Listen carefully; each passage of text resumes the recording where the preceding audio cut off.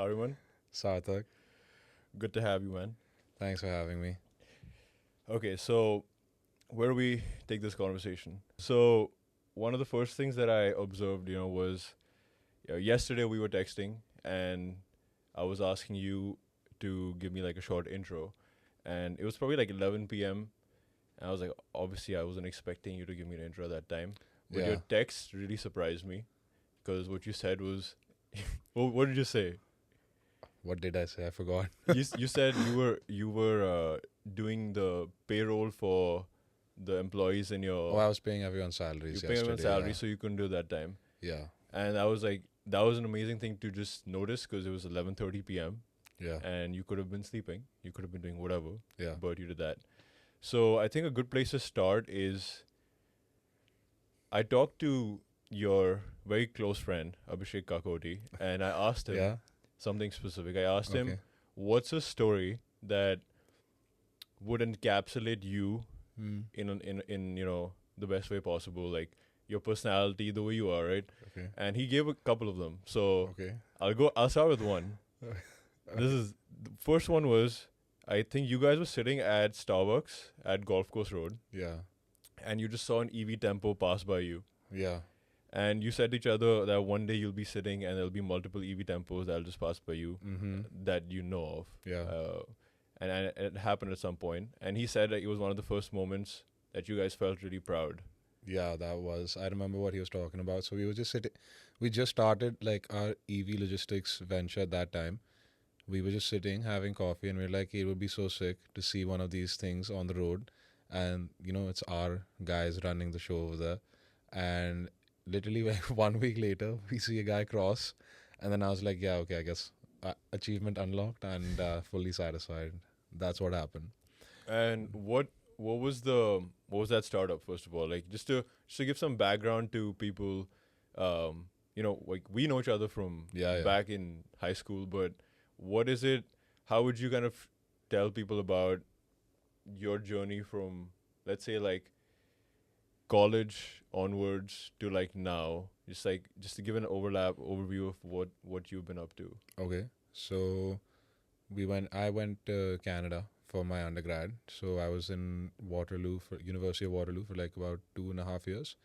I was doing econ over there and business. So I was there for about 2 years. Then I went to Birmingham for an exchange program during 2020, and that was when COVID hit. So because of COVID, I came back, and that's when I started to study online. And so the thing was, we would be studying online at night, but then throughout the day, I didn't have anything to do. So Abhishek, the guy you spoke to, like he and I were like more or less spending every other day together, hanging out, chilling. And then one fine day, we were just like, okay, I think we spent like 2 months doing absolutely nothing, just having a good time. This was like when we were 20 at that time. And we were just like, okay, let's just try and make some money and let's start like a company or something. Because then we were just like, dude, let's just make money, if that's what everyone was doing back at home. Some people were like, we had friends abroad who were like doing small things. Someone selling something on Amazon, they're making a seller account, they're making money out over there, right? So we were just like, okay, we can do something just like that. We have enough brains, right? So we started selling avocados. So you're like, okay, fine, let's just find the most expensive thing that people would be like, they're okay paying for it. So we would buy avocados. We went on India Mart, bought them for like 100 rupees, 150 rupees a kg. We were selling it here for like 600-700 rupees a kg. So, and we were selling it to all those rich people, dude, like who want to be health conscious during COVID and all. Yeah. So yeah, so we started there. That took off. We were doing like at least 30-40 thousand of just avocado sales a week, and the margins were like great. We're buying something for 150, selling for 600, and we were doing 30-40K a week. This was in Gurgaon. Yeah, just Gurgaon. Wow. So then we did that for like 2 months. Then we started adding more products. So we added like freshly baked breads, salads, so hydroponic salads. So you have like different types of lettuce, salad boxes. Then we went to people who were selling like artisanal pasta, stuff like that. Somewhere down the lines of that. Then we were like, okay, let's so we would what we would do is we would find customers on insider societies, and we would reach out through WhatsApp. Mm-hmm. So once we had like a significant base and a certain amount of orders, we were doing like 400 orders a month, which is like 10 to 12 orders a day, like 10 orders a day on Mhm. average. So we were like, okay, we can let's get an app. So we went online, we found like a white label solution. So white label would be like, somebody's already built like a tool, and you can just like, put your branding on top of it, and then you can start using, let's say, a grocery app, like how you can make a Dunzo looking app for like 80,000 bucks a year, and you can list down all your merchants and stuff. So that's what we did. So we started there, and then that's when Barnbox was like, that's when we started our first company. Then we realized that okay, all the we started get from 300 orders, we went to 500 orders, then we went to 600 orders. We realized okay, we can't do the delivery cost was burdening us. If we had to send something from, let's say, where Galleria Market is, Mhm. right? So like from there to, let's say, a Magnolias, it's like $100, but it's not even that far off, right? It's like Mhm. 2 to 3 kilometers. Right. But $100 was, at that time, I think we were using we were using Dunzo at that time. So then we saw this guy riding an electric bike. So then we realized, okay, fine, let's use this company. So for 100 rupees, we were doing one order for deliveries. Now we were doing two orders, so it was like $45. Then we were like, okay, let's buy our own bike, and like do our deliveries through that. It'll make sense. We were stupid. We didn't make it. It was not the costs weren't justified, right? Because we were still marketing every day. We were still like spending money on ads, spending money on procurement, spending money on the team, the management. Like it didn't make sense. Then we added a bike, but then we realized that at that time there was no like.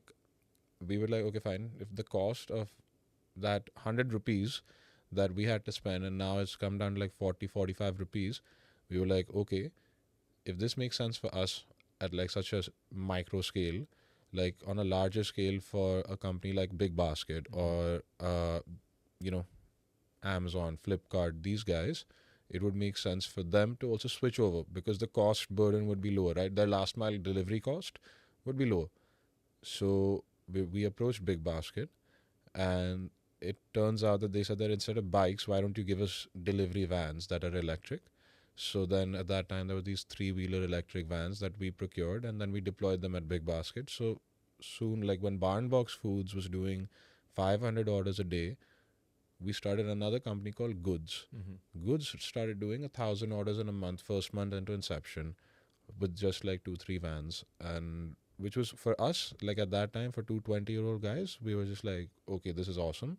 So then, Money from, has been made. yeah, we were making money. We were seeing the fact that, okay, and we were seeing returns in the first like 2 months. And at that time, there was no competition and there was enough orders.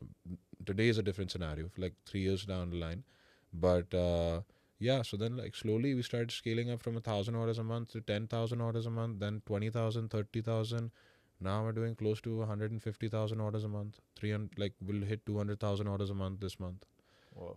And this is all fruits and. No, so like the Barnbox business was the first startup, right? That gave birth to Goods, the logistics company. Mhm. So Barnbox ceased to exist after that, and all eggs were put into Goods. And then somewhere down, so like in this journey, we met me and Abhishek.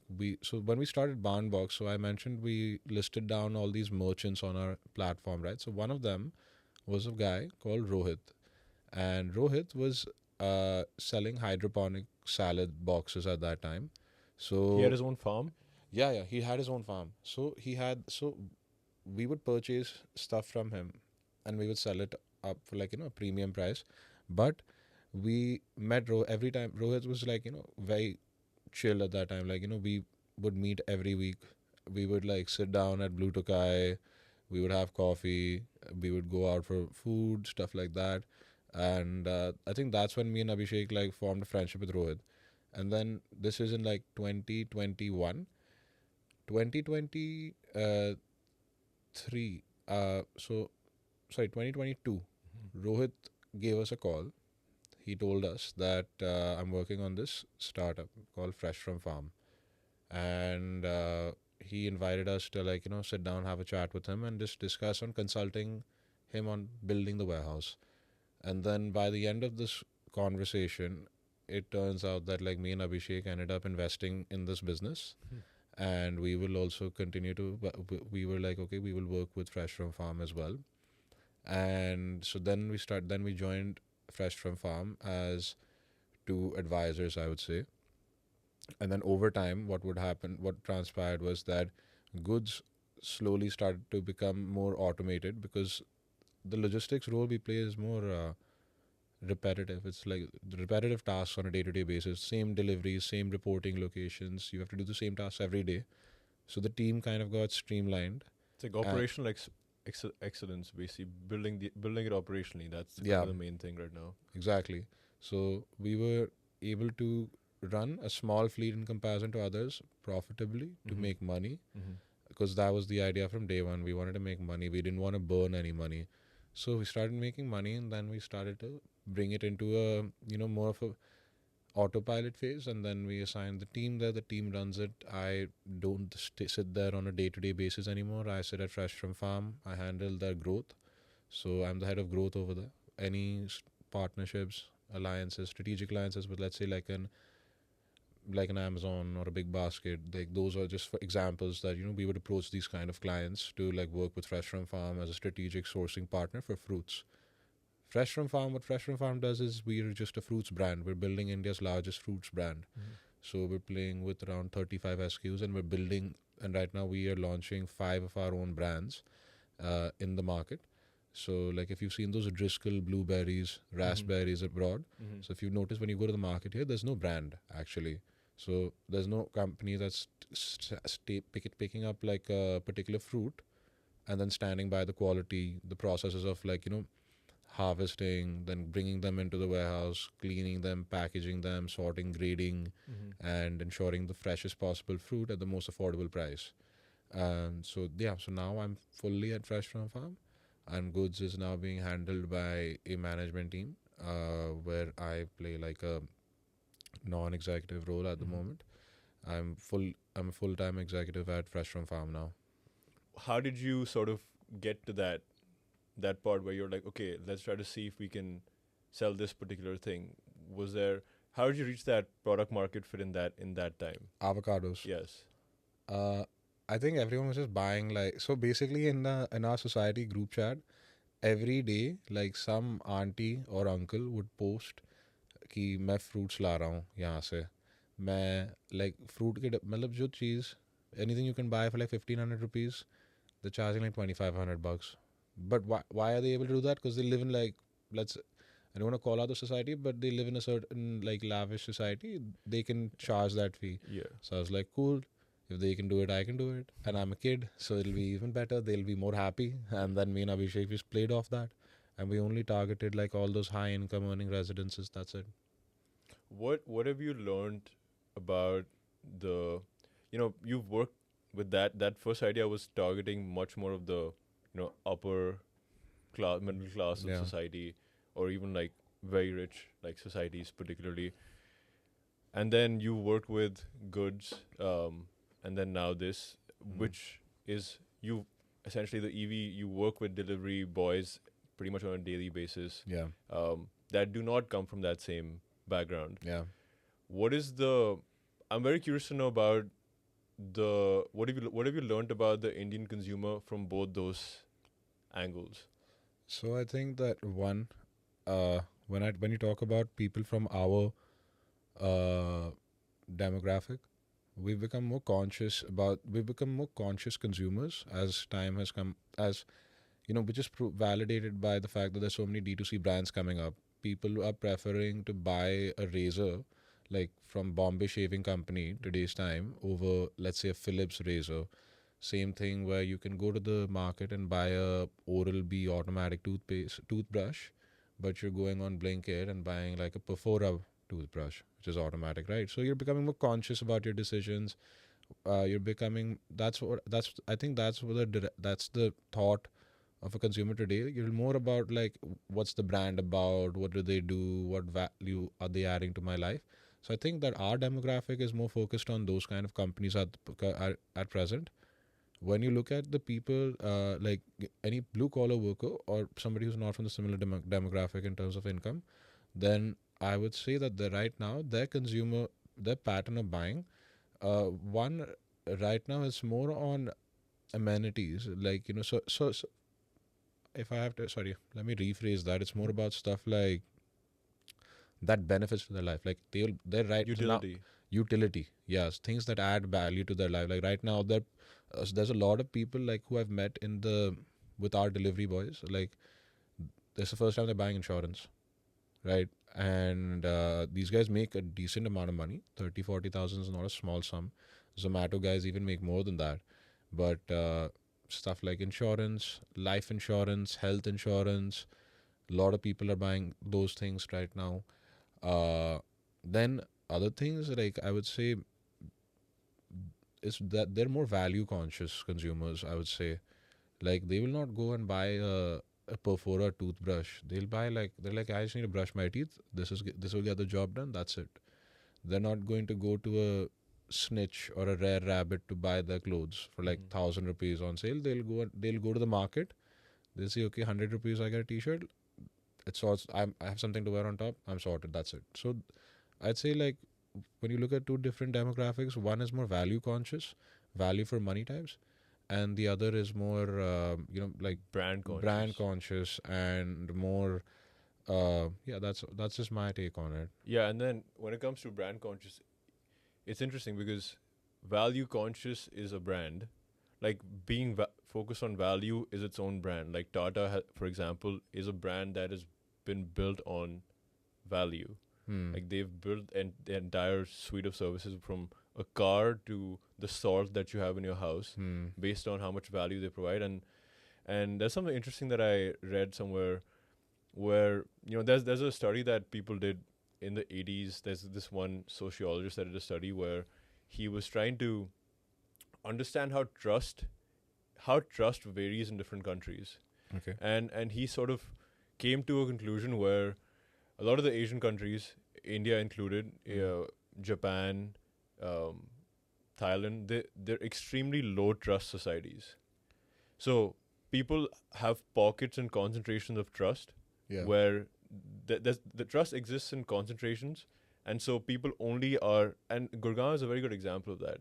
Like you can't necessarily, I met someone a few months ago when I was in India, and he had just flew in from Bangalore, and he was working in Gurgaon. He's joined Yeah. a startup here, and he said, like, I've been trying to find people to actually get to know Yeah. outside of my startup, but it's super hard to connect with any of them because I go to these networking events, but they know who they know, and they stay in that circle. Yeah. And that's the biggest difference I've seen in India as a society, versus US as a society.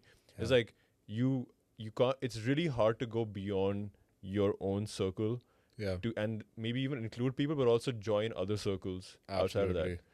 I feel like you've done a really good job of trying to put yourself out there.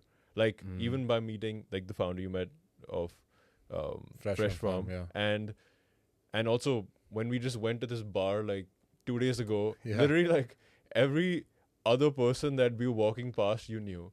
So Yeah. what do you think where does that come from? Like how have you developed your networking skills, and what do you think it's about you that like kind of caters to that? Like you're able to do that with you're kind of very friendly with everyone. So your question is, how do I put myself out there, and like, or how do I put? So one, it's scary to put yourself out there because at the same time, like, because I also have like my inhibitions about approaching people. It's not like I don't, like every other person, I do have that, but at the same time, it's just that time and time again, I think that inhibition, like just putting it aside for a while and then just saying, okay, let's just try it out.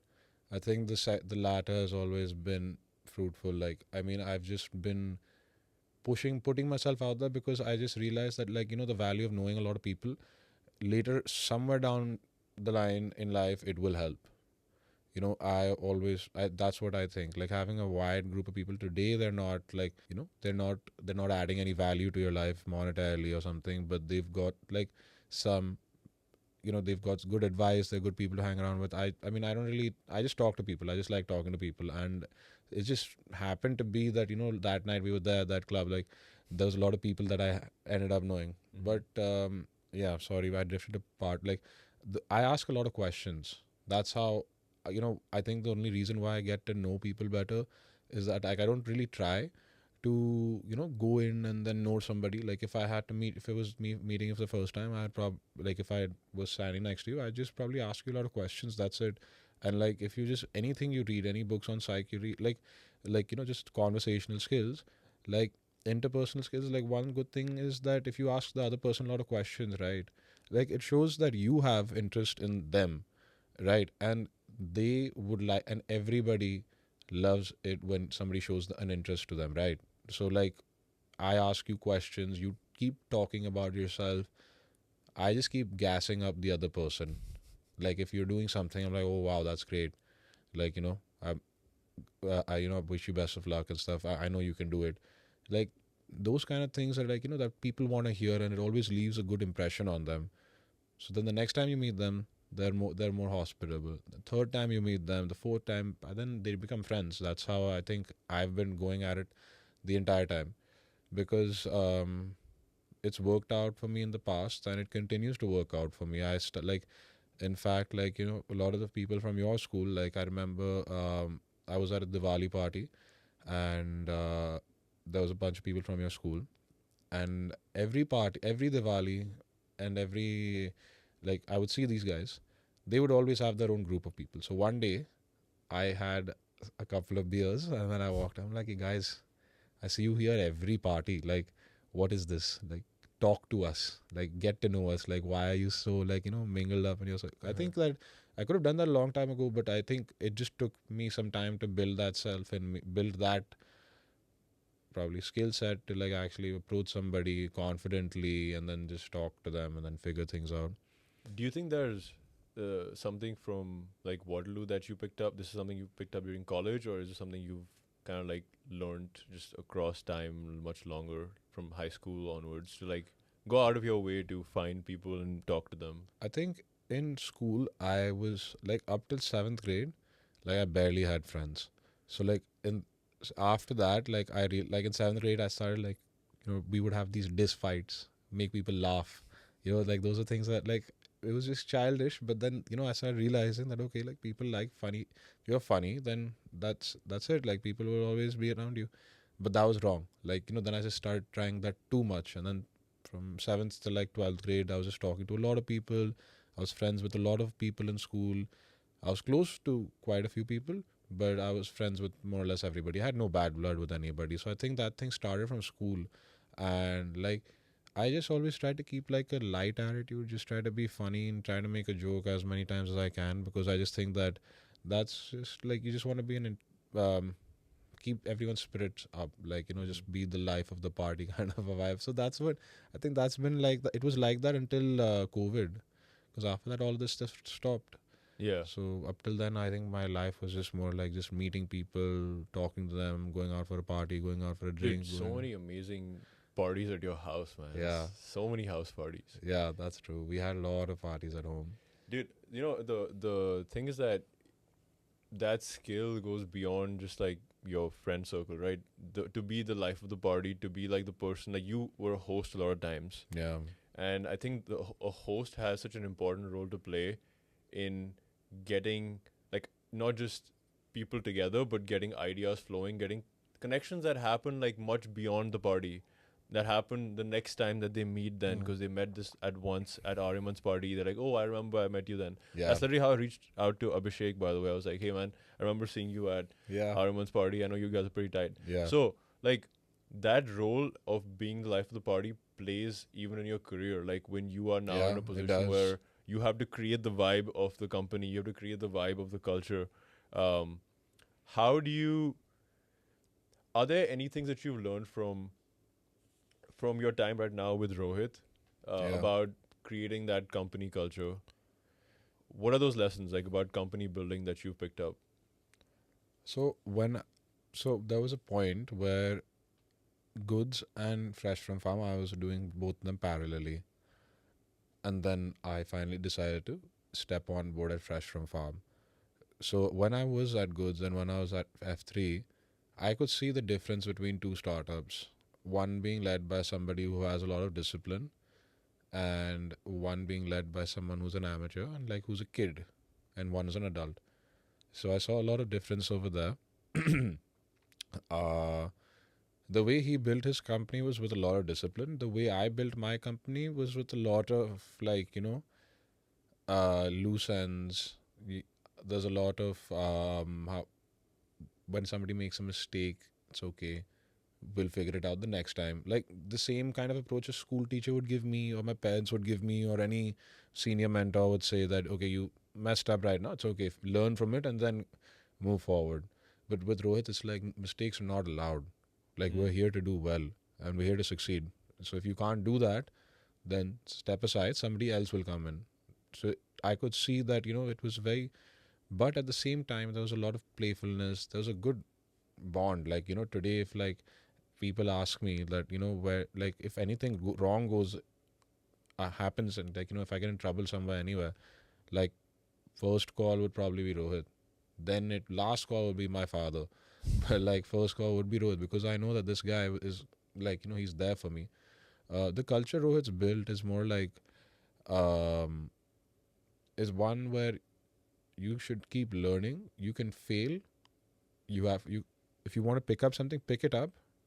Quickly try, test it out. If it works, great. If it doesn't work, if it fails, adapt to the situation, relaunch it, try it. Keep trying to figure it out and make it work. Because it's important. Like, if you can do it once, you can do it twice. If you can do it twice, you can do it 4 times. And then similarly, that's a cycle. It keeps growing. So that's something I learned with Rohit. And it's just like, okay, you have to be super confident in what you have to do, and you have to have like tunnel vision in achieving it. And I think that's what I learned from Rohit and the culture he's built. He's like, dude, nothing's impossible. We can do it. It's just like, what are the blockers? Money? Okay, we don't do a good job now. We'll get money tomorrow. Then we'll do it. But at least make sure you fail and learn and then adapt and then do better the next time. So in my situation at Goods, it was like we were learning, we were failing, but how, were we adapting at the rate that we were supposed to? Maybe not. That's probably where we lost some money at Goods too. What does adapting look like now? Like, you probably had some pivots here and there through this journey. Just talk a little about those pivots. And what have you learned from a question that I get pretty often, because I also work in startups, is when do you know that you have to pivot? Okay, so like, one, do you really need to pivot? Because see, there's a startup recently, they raised like a lot of money. I forget, I was just reading about them. They kept pivoting and they kept changing the product for different use cases.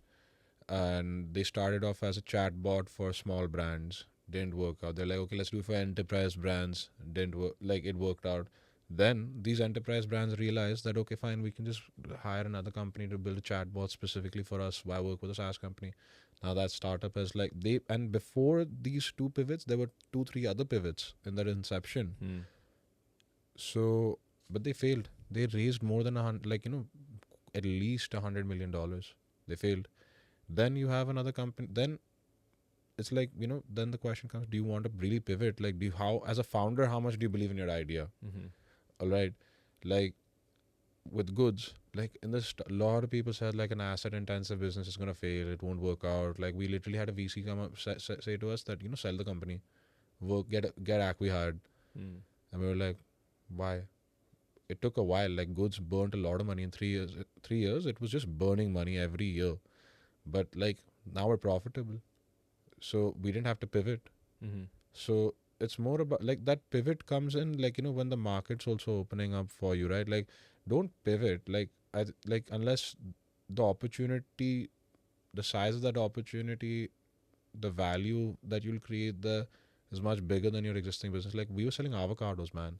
Like we were just like it was a no-brainer. Some things are no-brainers. And it's more of like I think the first few pivots are no-brainers. Then finally the pivots that define your business they're based on data, they're based on financial feasibility and scalability as well.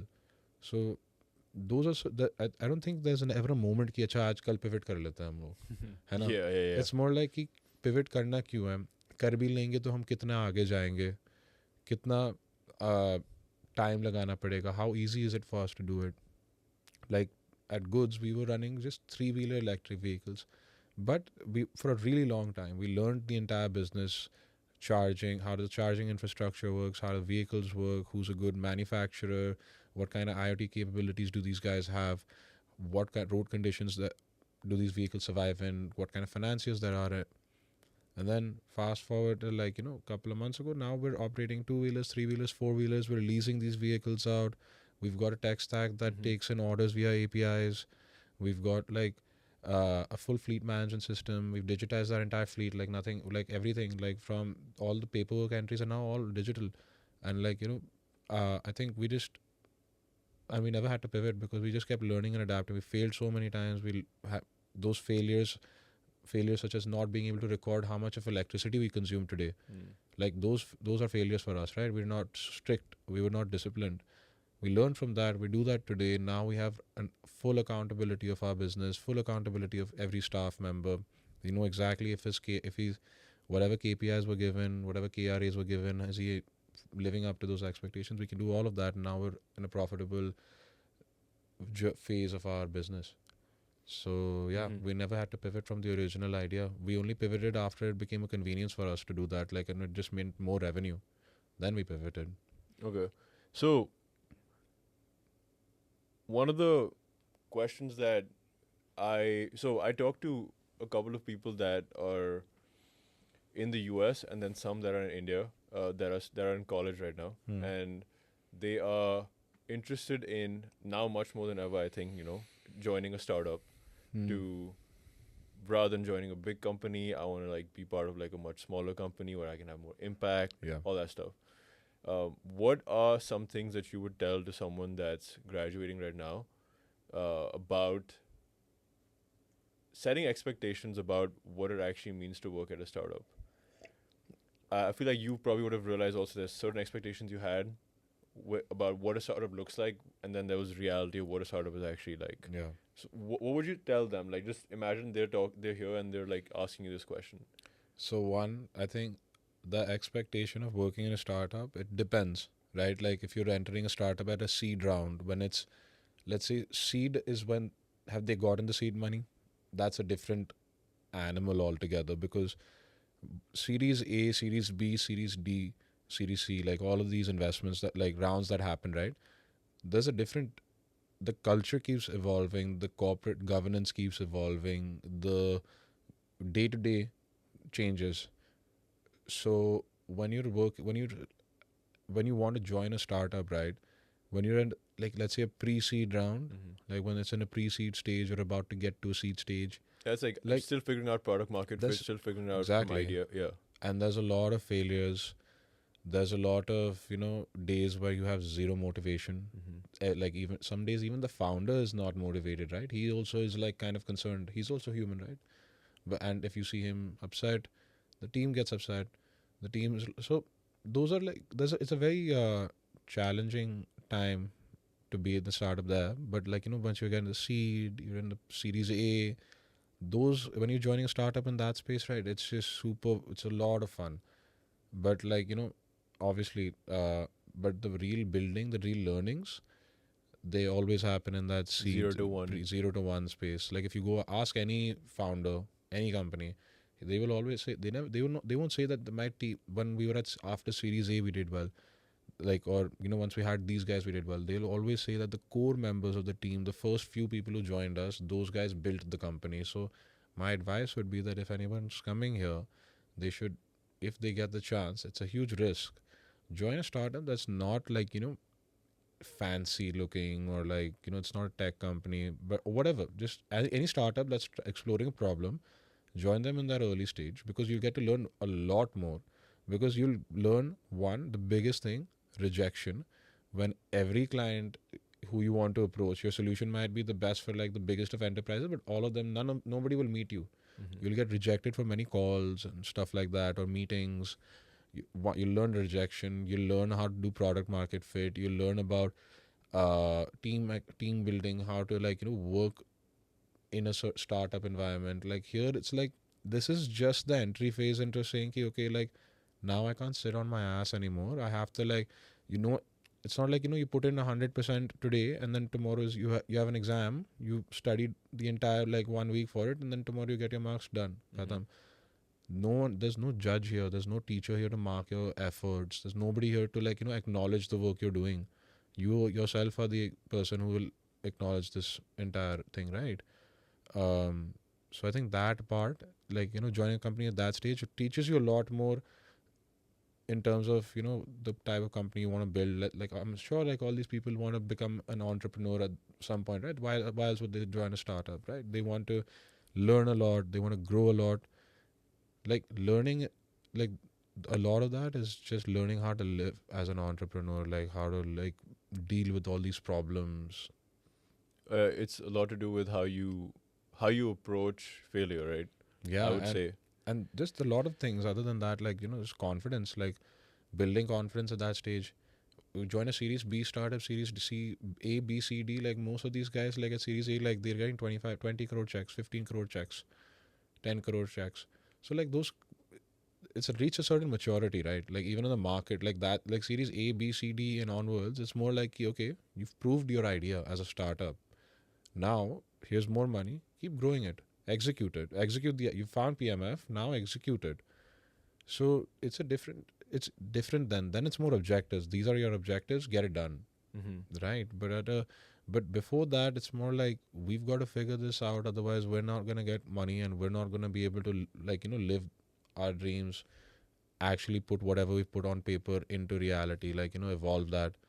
So there's a difference in the stages also when you join a startup. Why do you like a lot of the times a lot of really high level corporate folks at like all these great companies like e-commerce companies or tech companies, they don't join a company before Series A unless they founded it or like they've got like a certain amount of stake, or unless it's a crazy idea. Because our Series A is when the startup actually gets a lot of money. Would you consider yourself to be more like on the riskier side compared to the spectrum of people? You can take more risk Risk compared to in terms like of risk averse versus risk prone. Like where do you feel like you are in the spectrum? I mean, we goods. I think I can take the risk because I've seen goods went back. Like we lost money like 4 times in 3 years. We were selling avocados. Now we're doing 100,000, 150,000 orders a month. Yeah. I'm working at a company right now where 2 years ago, if you'd asked me, am I selling fruits? I would say like no, like Yeah. but today we're selling more. We're selling like upwards of 3-4 crores of fruits a month. Yeah. So like take I think I do have that risk taking ability because I think that happened a very early stage. I feel like a lot of your risk taking ability is a downstream effect of how you see your parents take risk. I think a lot of it has to do with like early on in childhood. There's a certain level of um, openness to the world that your parents exhibit, and through that you kind of see, okay, I can like do these things and not be like reprimanded because I did this, Yeah. and or like even in school, for example, your teachers, like you said, there's no judge here that's telling you. Yeah. It's all out in the open, and you're the only judge that can figure out what it is that you're doing right versus wrong. Yeah. But so much of how we've been brought up, right, in general in Indian society has also been about feeding everything, like spoon feeding everything to that point. So my question is like, where does your risk taking ability come from? Is there something in your parents you've seen? How have you developed it more? And how did you do that, sort of? Okay. So I think my mom, she's definitely like the ballsiest woman I've met in my life. Like Why do you say that? where so my mom, she went to like, so when my nana died, so she got married to my dad. They went to Dubai. She was living there. My dad said that like the first thing when before they got married, he's like, you got to be an independent woman. Just because you're married to me, like doesn't matter. You should be able to like take care of yourself. You He should brought own. that conversation up. Yeah. That's interesting. Yeah. So this was in like 97. That's when they got married. And ever since that, when my mom started working at Gap at that time, she was working at Gap. And then she got pregnant and they gave her a leave, and she was a great worker for them. However, I got so she had me, and then I think on one of the days I felt sick, and my mom was super concerned because at that time my dad was also working, my mom was also doing a job. I was at home with like the nanny. I got sick, and then my mom was like, she quit her job, and we were in Dubai at that time. So like, and just before that also, when she had me also 15 days after giving birth, like she went back to work. She was in Hong Kong. She was doing work for the company. So she took a risk, right? And then she was only doing that because she needed to take care of the family. Just same thing goes for my dad. But like then my mom, she was just like, okay, my son is sick. When she was in Hong Kong, she realized that I was sick, and then she came back, and then she was really upset, and it hurt her. So then she quit, and she started her own company. And at that time, like people had helped her out, set her up, and her first order. So her entire savings was like some $50,000 at that time. So she got one deal. She would have made $120,000 off of it, but she would have to put that 50,000 rupees upfront as working capital. So she had this chance of losing all the life savings that she made at that time, and she did it. And then next thing you know, she's made $120,000. Then slowly she made more money out of that, and like she had. And then for some reason we had to shift to India in 2005. Nobody lived here, and like in Gurgaon at that time, came here alone. Dad still had to work alone in Dubai. The family had to make a decision, and my mom came here with two kids. She set up her entire business here, placed it out of India. She ended up opening an office in Dubai, like across India, China, and some place in the Middle East. Mm-hmm. Like, she did that by herself, and there was a lot of risk. All the money she put up, there was no startup funding or something like that. All bootstrap. So you make the money, you invest it, and she did all of that by herself. Today she's got like a good company, she has a good team, and she's happy with that.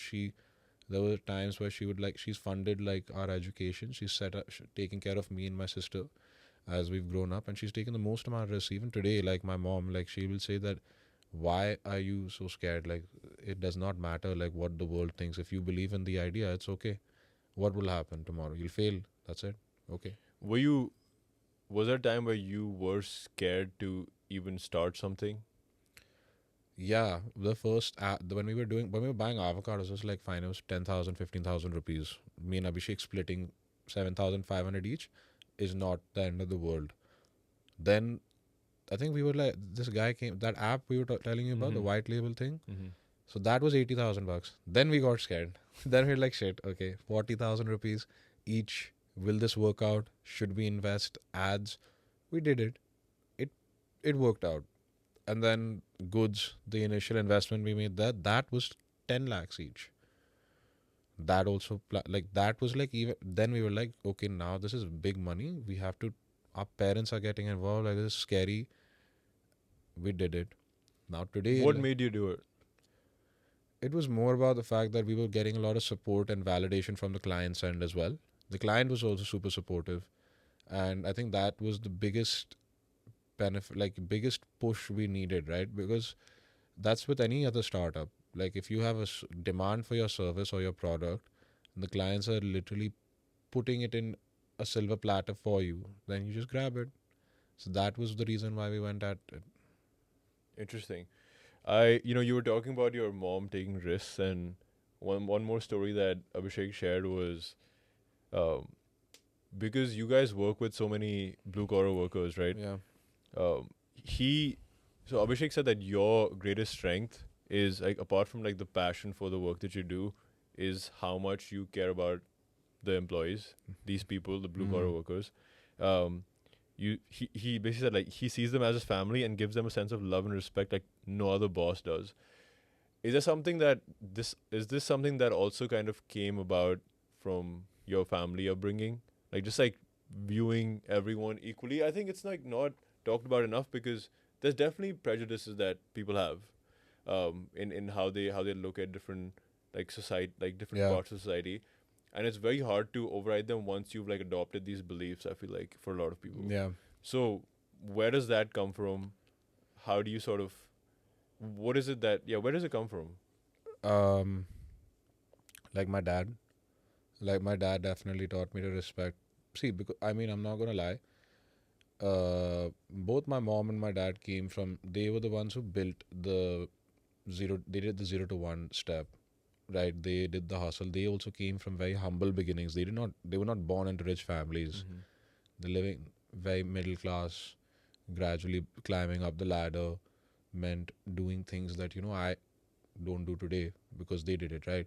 And like I was brought into a family that was where money was not the primary problem. It was more about making sure that our son understands values, how to treat people, how to talk to people, how to present themselves, and how to understand people, right? And like I think my father, like since he dealt with a lot of shit in his life, like I think every time, when he would always make me understand that these people, like you can't, like, see, before starting goods and all these working with all these blue collar workers, the way I spoke to them was also very shame. I'm ashamed. Like I was like, I think this is this is karma playing its role, where like I was like, I was not the best of people towards them at that time as a kid, 14-year-old, 13-year-old, 14-year-old, who's coming from a lot of privilege. Mm-hmm. And then today, like now, I'm just like, you can't abuse anybody. You have to talk to everyone here with respect and all. I think this all came from my father because he only taught me more about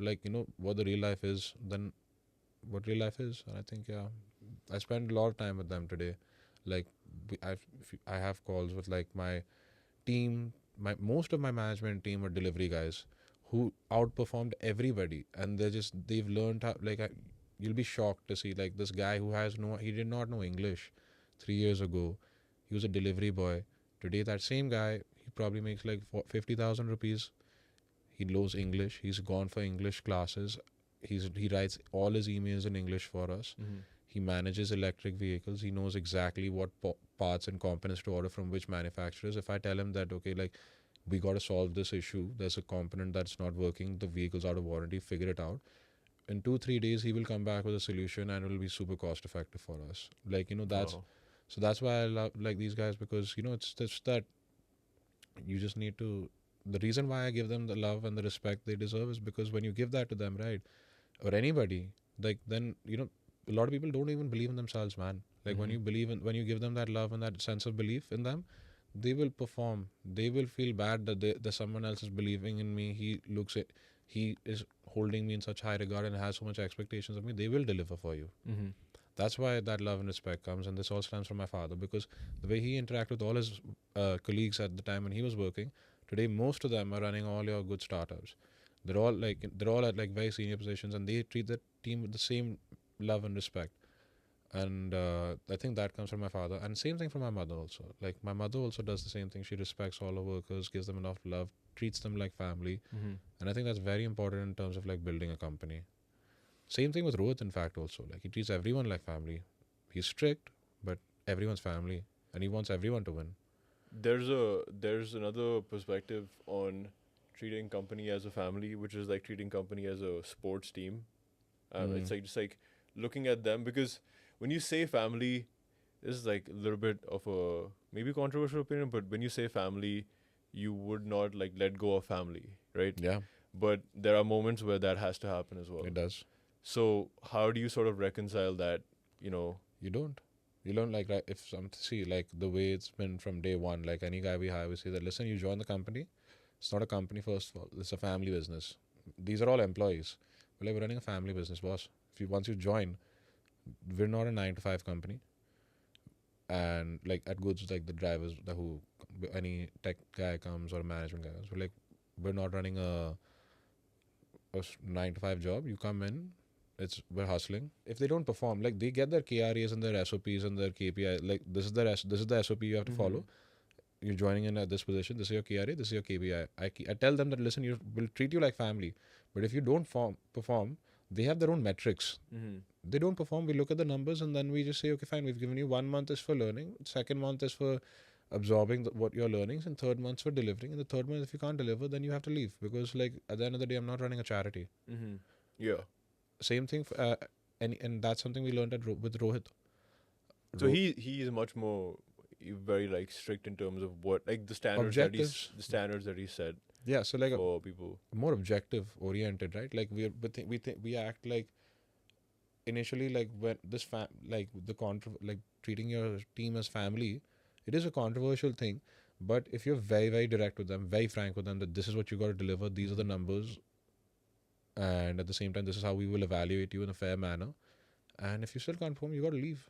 Mm-hmm. And that's why we treat them like family too, right? Because you don't want to see your family fail. You don't want to do harm to them. So you take a step back. You got to let go of some people sometimes, right? But at the same time, like I had a staff member, I let him go a long time ago, and he wasn't performing. Mm-hmm. Today I said that, okay, do you want another shot? He came, he's like, yeah, sure. Now he's performing. I see. But the difference was that then we didn't have metrics to measure him by, did Mhm. not have SOPs, did not have key RAs. Today we have all of that. Mm-hmm. So now when he's coming in, we have the right way to evaluate him. We treat them like so, and at the same time, when we had sacked him, like he also knew that he wasn't performing, so there was Mhm. no bad blood. Yeah. So then when we could, when we had to call him back, he came back as soon as we did. What is so like? Let's dive a little bit more into this, like the agriculture market, just like food as the supply chain market of Hmm. food. What?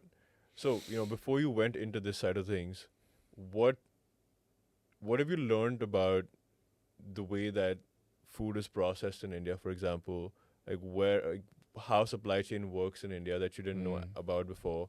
Like, is there anything you were shocked by or surprised by? Um, so in food particularly, like I only know fruits and vegetables, and supply chain I know very well now. So I think the fact what lo- coming from a logistics background and operations management and warehousing and stuff, I wasn't surprised when I started working at Goods, like on it, uh, because it was very straightforward. Like the goods have to get to Amazon's warehouse some way, right? They get into a truck and they get to an Amazon warehouse. Mm-hmm. Delivery people go to their Amazon warehouse and they bring it to our home. So goods was not something super, shocking for me. Fresh from farm, however, I learn something new every day. Like the mandi processes 3 lakh tons of fruit and vegetables a day. This is which Mandi? Azadpur Mandi, it's the biggest mandi in this country. And it is highly unorganized. It is all working on, they're still trading. You go there today, nothing is digitized. It's all happening on pieces of paper, all in cash. It's like highly unregulated. Like it's regulated, but unorganized. Mm-hmm. I was shocked to see all the fruits that come in. So there's a place called in C Block in Azadpur Mandi. You go there, you will find all the imported fruits and vegetables or fruits over there. Right now, it's for fruits, right? You go there, there's cow dung everywhere. There's like just absolute garbage lying around. You'll see a cow taking a dump like right in front of someone's store. People have piles of avocados just lying there on dirt right next to it. Dogs are pissing everywhere. So that was shocking for me. That okay, this is where this hub, this Azadpur Mandi, is taking care of not just NCR. Takes care fruits go from here to like the North India, West India, East India. So that is like the biggest trading hub, Wow. and it's super dirty. There's no like I would say any transactional trade, to trace your transactions. It's not easy in the mandi. It's surprising that a lot of people work in cash only over there. If you want to onboard somebody, let's say as a vendor, you say PAN card do, Aadhaar card do, the PAN card denge hi nahi, because they know that all my money is all my business is in black. How will I can't even declare this income.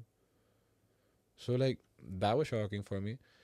The and the fact that we don't have any fruit brands here, Uh-huh. like that's again, there's everybody's just trading. Like till now, like there's just a handful of fruit brands in this country. There's Zespri, there's Enjoy for apples. Adani has Farm Pick.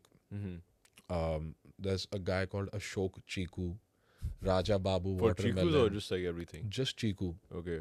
Raja Babu watermelons. You have like, and then different companies for different fruits. But again, these Raja Babu, the SST for quinoa, they're very small players. They're not. There's nobody big. So then I was just like, there's a huge opportunity here to monetize. And that's why I was like, okay, Rohit, let's do this, because this industry is highly unregulated. Like if you build a brand here, like if you see, Sathak, if you go to the mandi and if you see what I see, and what everyone else in Fresh from Farm has seen, right? You will understand why we're building Fresh from Farm, because today nobody knows. Like if you see even the garlic that you get today in your house, it's a little, I would say they peel it off and stuff. They clean it up a little bit, but look at where they clean it. Look at how dirty and filthy that place is. Look at the amount of trash and just bacteria and all of that stuff just around it. What we're doing is getting it from the farm, packaging it, grading it, sorting it all at our facility, and then sending it out for orders to a ready guy or a tier guy. And So your stuff won't go to this mandi. we plan to go to the mandi and sell there one day. Mm-hmm. Like we want to reduce. So Fresh from Farm, our value prop is that you do not have to go to the mandi. We will give you competitive pricing. We will be market competitive. We will give you good quality. We will deliver to your doorstep. We will do the grading of fruits, meaning like there's different size of, let's say, Alfonso mangoes. Yeah, it's So like grading it. you go to Whole Foods or Trader Joe's in the US and Yeah. you just have small, medium, large Exactly, so size, we do- like everything standardized. Yeah, so here we do that. Yeah. And we're doing the grading, sorting, we're doing the quality checks, we're getting you and we're delivering it to your doorstep. If you look at the way it actually works today, any of the fruit guys you see on the way back, they are all buying it from the mandi. They will go to the mandi at 4 o'clock in the morning, because that's when 2-3 o'clock in the morning is when people start selling fruits in the mandi. They'll go there at like 3-4 o'clock. They will start finding the right prices. They will first go in the market and see what's the price for, let's say, pomegranates, for pineapples, apples, stuff like that. Then they'll decide, okay, which one they want to buy. And then again, their volume is so low, they won't get the best price, right? We are procuring in like 10,000, like in the 10,000s of kilos, right? So our pricing is much different. So he has to go through finding vendors in the mandi, then haggle with them for the rate. Then he has to find somebody to load all the purchase, and then deliver it to his store. Right. So one is the logistics cost of getting to the mandi, then the time spent over there, then the logistics of coming back, and then in between the entire haggling and just the whole, we call it bhasad. That whole bhasad is Yeah. what they have to deal with, and he has to do all this by 7 o'clock or 7:30, 8 o'clock, so that he can come back, open a store, because 7:30, 8 o'clock is when people go to the office. Yeah. Then they pick up fruit, or before going to the office, they'll pick up fruit, right? Eat it for the breakfast. So that's the problem we solve for a lot of people at Fresh from Farm, and it's all being done in a hygienic manner. And there's so that's what we're doing here. We're not trying to compete. We're trying to compete with the mandi, and then also offer better solutions there. So that's what we're doing with Fresh from Farm. Are there any other sectors where you see that branding is completely missing? That could benefit from this exact approach. Like you're taking all these fruits and vegetables, trying to put them under a single brand. We're just doing fruits, yeah. Fruits, Yeah, okay. so I think vegetables maybe. Hmm. Vegetables is another space where like somebody should come in and take accountability for it. But again, it's a very vegetables have smaller margins in comparison to fruits. Fruits account for more than 60% of the value in any modern trade or general trade store. These are different formats basically, right? So general trade is more like of your kirana stores, and modern trade is more of your supermarkets, your e-commerce players. So like everywhere you look at, the fruits have higher value and they're better margins in comparison to vegetables. But I think the brand building over there is should be done. But will somebody take it up?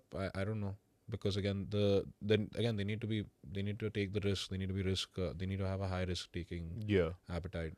What do you think it takes to build a brand in this category? Like what are the, like, strategically what is it that you guys are doing that is different? So I'd say like right now for bananas, so we've launched like our own. It's a private label. Like that's where. So we called this. So what we did, we realized in the mandi when we were building this brand. If you go to the mandi, no one's selling bananas. Right, like bananas are all being sold by distributors or wholesalers at this point right now, and we were earlier when we were just starting out like a year and a half ago, we were buying from said distributor and we were selling it ahead, right? Then we realized, okay, why don't we just build our own ripening chambers, source our bananas from, let's say, Andhra Pradesh or Maharashtra, put them into these ripening chambers, and we'll only ripen the fruit. We will deliver it. What that wholesaler was doing for us back in the day, we will do that for all of our customers today. Mm-hmm. So then, mm, doing that allowed us better pricing, better costs, and then ultimately giving the retailer good margins and good quality product. And that's how we went about, building this fruit brand. So we started with Bright Bananas. Is it does this benefit the farmer anyway as well? Yeah, he gets better pricing. So you're sort of like removing the multiple middlemen that are in that process to the mandi. Yeah, in some cases, like, no, you can't do that with all fruits. Like some cases, the farmer is very business oriented, like it's easy, he'll be easy to deal with. But sometimes you would have to work with a farmer produce organization, an FPO.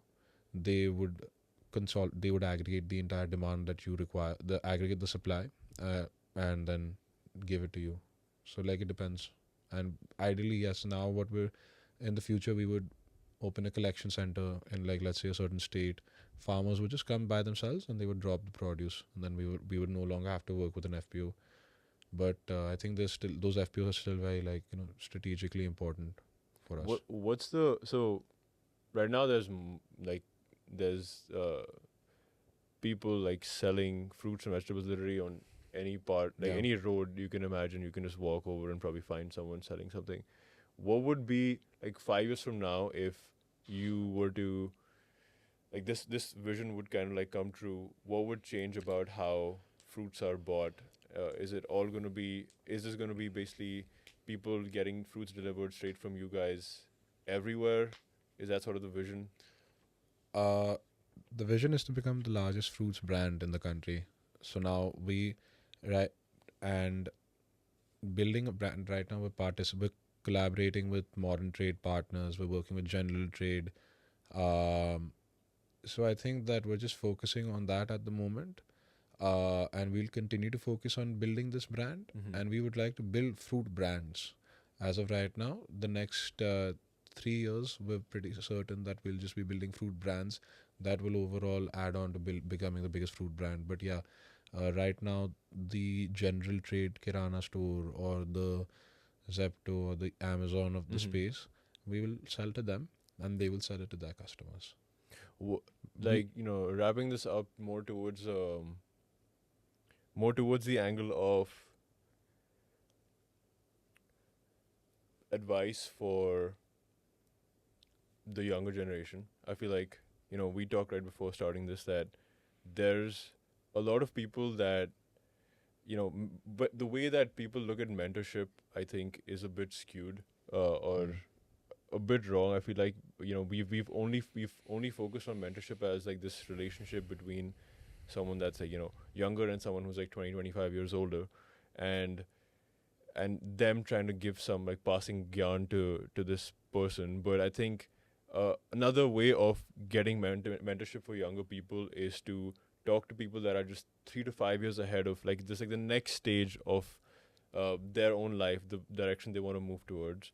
So, if you had to talk to Aryaman, at 2021, that was just graduating from college, what is it that you would say to him right now, like knowing what you know now about just how to navigate life? What is the things like he should be like aware of?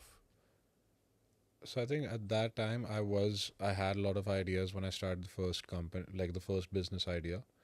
But my biggest problem was that, like, I had to keep going to somebody to give me advice. Do you think this idea would be good? And that meant in return I would be getting a lot of questions about the business model that raised a lot of self-doubt. So if I could go back in time and give myself some advice, it would be that, okay, if you have an idea, figure it out, scale it up, and then ask the questions, because have enough conviction in your own idea. Because I feel that some businesses or some of the revenue I lost today with, like, it was because I did not have faith in my own idea at that time, that I had to keep going back to others. So I say, like, maybe build some conviction in your own idea at that point. And if you want to work in a startup, or Even same thing comes when you work in a startup, right? Like if you have an idea, there's no problem in if there's no problem in like sharing that idea and building upon it and then doing working on it alone even when the management is against you, because you can probably come up with something very very solid and fruitful for the organization as a whole. Same thing goes as being a founder. Like the only person who has to believe in the idea is you. Like everybody else can and the thing is that I was working on making others believe in my idea before I believed it in myself. Why do you think so? Because I was insecure. I lacked the confidence that was required at that time. I was only 20 years old. I did not know, like, is my idea going to make sense or not. So I was going to people more experienced.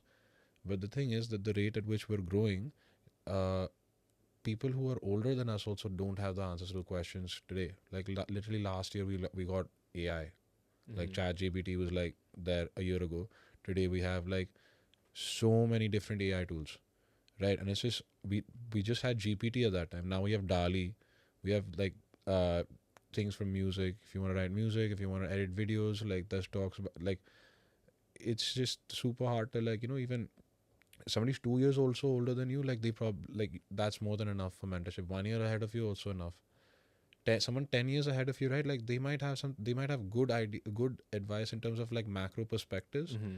But even today, like there I've met quite a few people. I've been discussed my ideas with them, and they lack the they have the operational oversight. They have like good philosophical quotes to share.